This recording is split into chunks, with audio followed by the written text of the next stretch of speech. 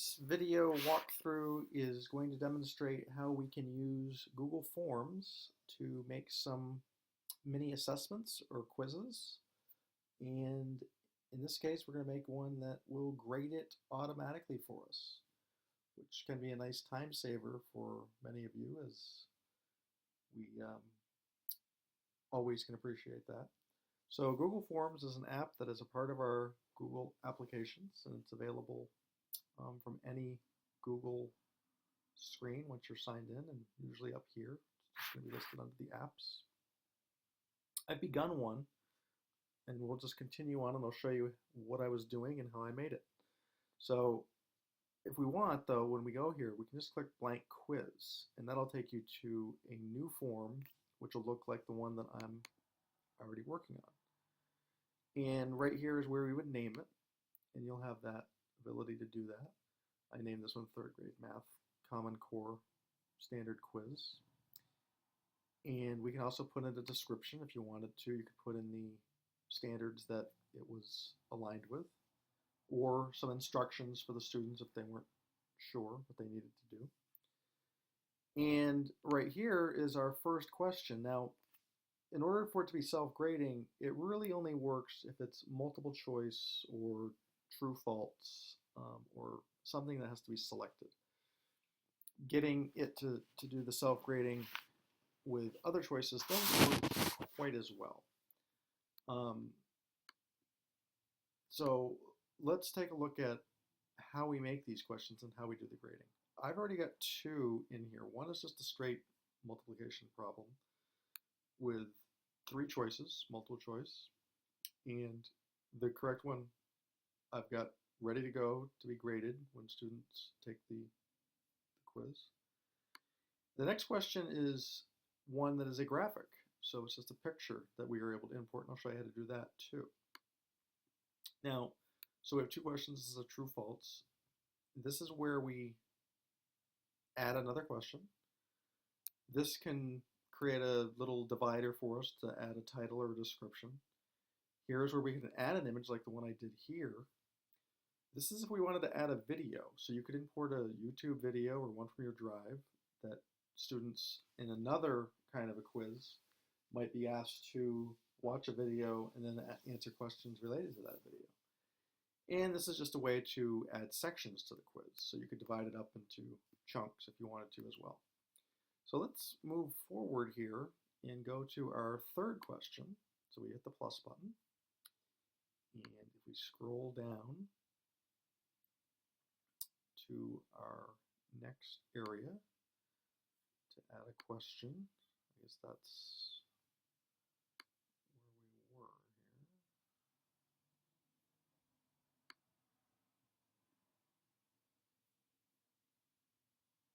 So on this one, the question really is this photo, but let's add a little description to it so that our students know what they're supposed to do. So, is the image below correct? And in this case, we said multiple choice. And the choices here on this menu are a short answer, a paragraph. So this would be good for if you wanted to do a quiz where you had a longer written response prompt. Multiple choice. We could have also made this a checkbox. Is it true, false? We could have one that was multiple answers are correct. Here we can just choose from a list. We could add a file to this, like I did here with this image. We could have a linear scale. We could have a multiple choice grid where they choose several. That's good for surveys. And then there's a date and a time.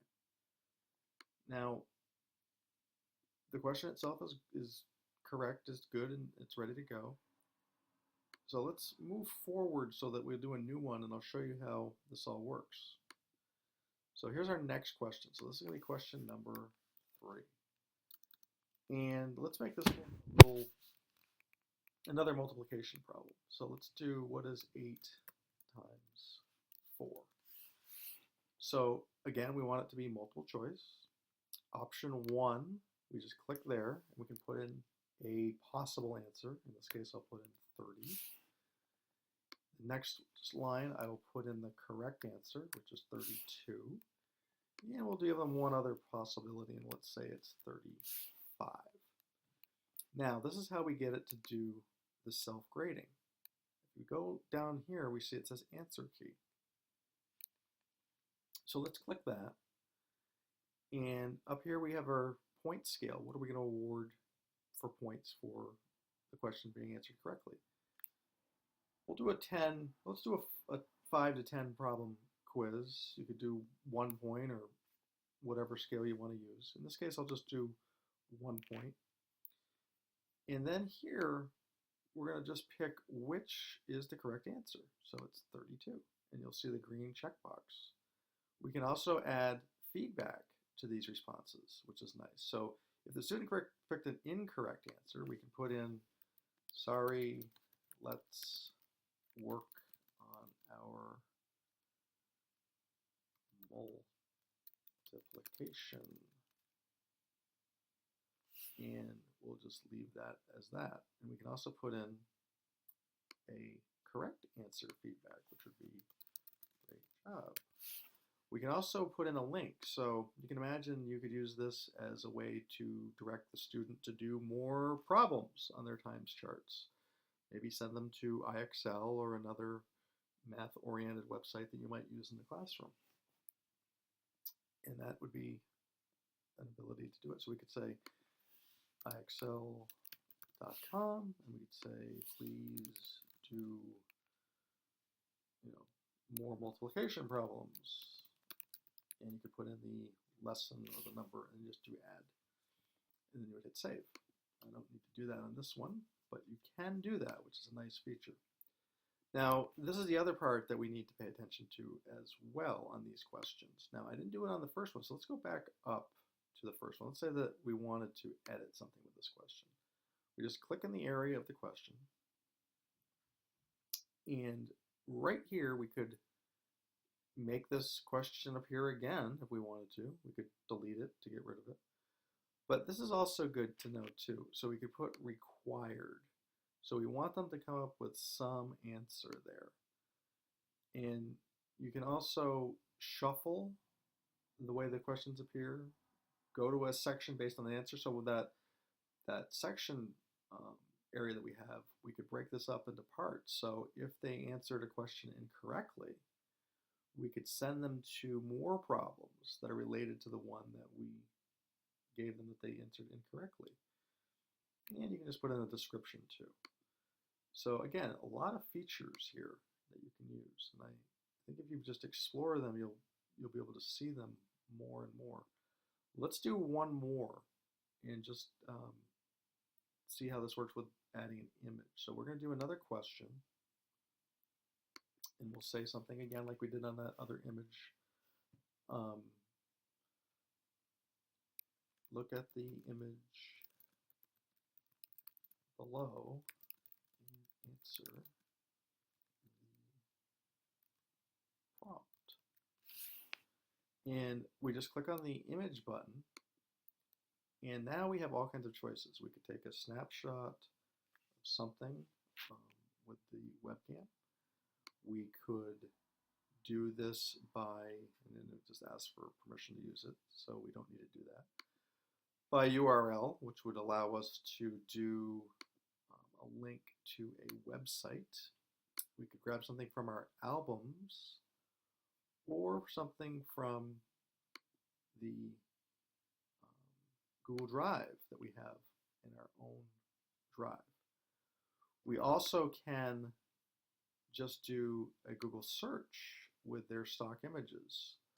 So let's look for a math problem. May not find one because it's going to be limited to stock images or some from Life magazine or Google search images. But let's see what we have.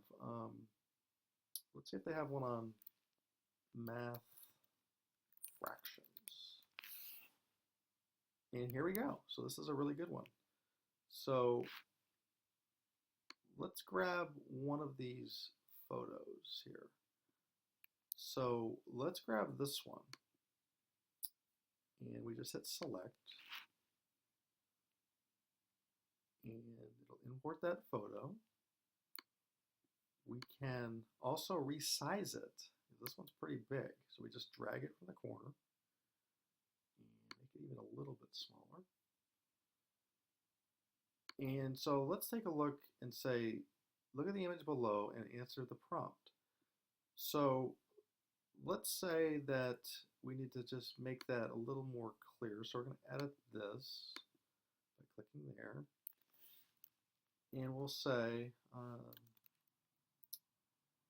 what does the orange section of the pie represent in a fraction? And let's give them some choices. So here we go to option 1. Is it 2/4? Is it 3/4? Or is it 1/4? And here again, since we want to make this self-grading, we click on the answer key. We give it a point total at a value, 1. And we're going to pick our correct answer, 1/4. And again, we could add in our feedback if we wanted to, or not. Now then, let's say that we're happy with this quiz. This is all the questions that we want to do, and you can keep going and do as many as you want. But let's look at some of the things that we should do before we get to the end here. So we could change the look of the quiz by just changing the color scheme, and that's easily done. We can also preview it, so we can take a look with this and see what the student will see when they go there.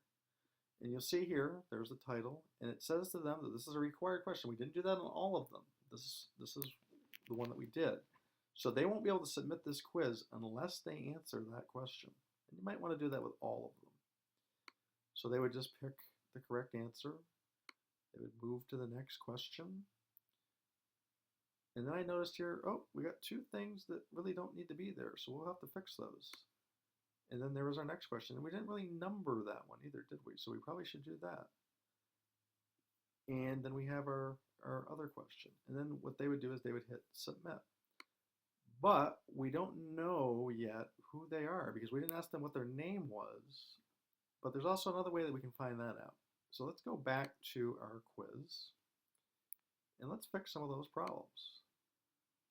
So here's the first one, and we're just going to click on this particular instance here because we want to edit this question. We click on the pencil, and we'll just put in question number 2 since that's what that was. And we'll scroll down. And here's where we notice we don't need these things. These just sort of appeared there. So we don't need it, so we're just going to hit the trash can, delete. And we're going to do it again on this one. And we're going to delete that. And then here we also needed to do the numbering of the question. So that's number 3. And then we go down, and this is no longer number 3, it's really number 4. So we'll just correct that by editing the question. So now let's go back and preview it. So we have it already open. Let's just refresh this and see what we have. So number 1 is the way we want it. Now it says number 2. That's good. Those options are no longer there. Number 3, that looks good. And there's number 4. So that is what the students would see, and they would see the point value too. It's worth 1 point. So let's go back to our quiz in this other tab. And let's think about what we want to do before we actually send it to them. So we previewed it, we changed the color scheme, and here are the other settings. And here are the way that we want to do. So who do we know took the quiz? We could either ask them in the quiz as one of the questions, what is your name? Or we could just check this box and say, collect their email address so we know who took the quiz. We can also down here require assign it, so we could do only people within our domain. We can also say you can only take this 1 time. You can't do it again and again. And can they go back and edit their question, their responses? And should we let them see summary charts and text responses? Um, there may be times when you want to do that. There may be times when you don't want to do that. That's totally up to you. You may want them to be able to go back and give it another try, which is fine. In this case, we're just going to say, we just want to know who took it. We want to leave it so that only people in our domain can use it. We don't need to limit them to one response in this case. They can go back and take it again. We don't want them to be able to edit it though. And we really don't need to let them see the summary chart and text responses. So we'll save that. And now how do we get this to them? And let's just take a look at this more column here. So we could actually do a copy of this. We can get a pre-filled link to this so that we can send it to people. We could actually share this with another colleague. So maybe if you were team teaching, you could work on this together and collaborate on it, which is a nice way to do it. And then there are some add-ons that you can kind of beef up the way the form looks, but we won't worry about that. And you can also print it out if you wanted to. But we're going to click the send button.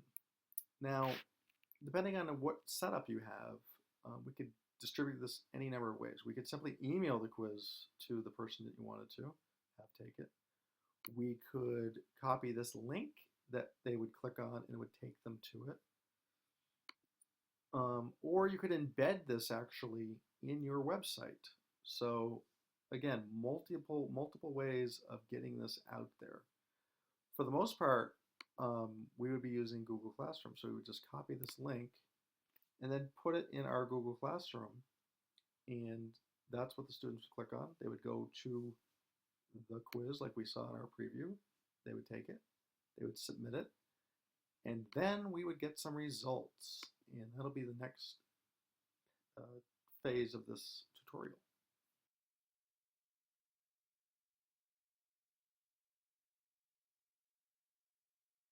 Okay, so part 2 of our walkthrough with Google Forms, using it as a quiz or an assessment.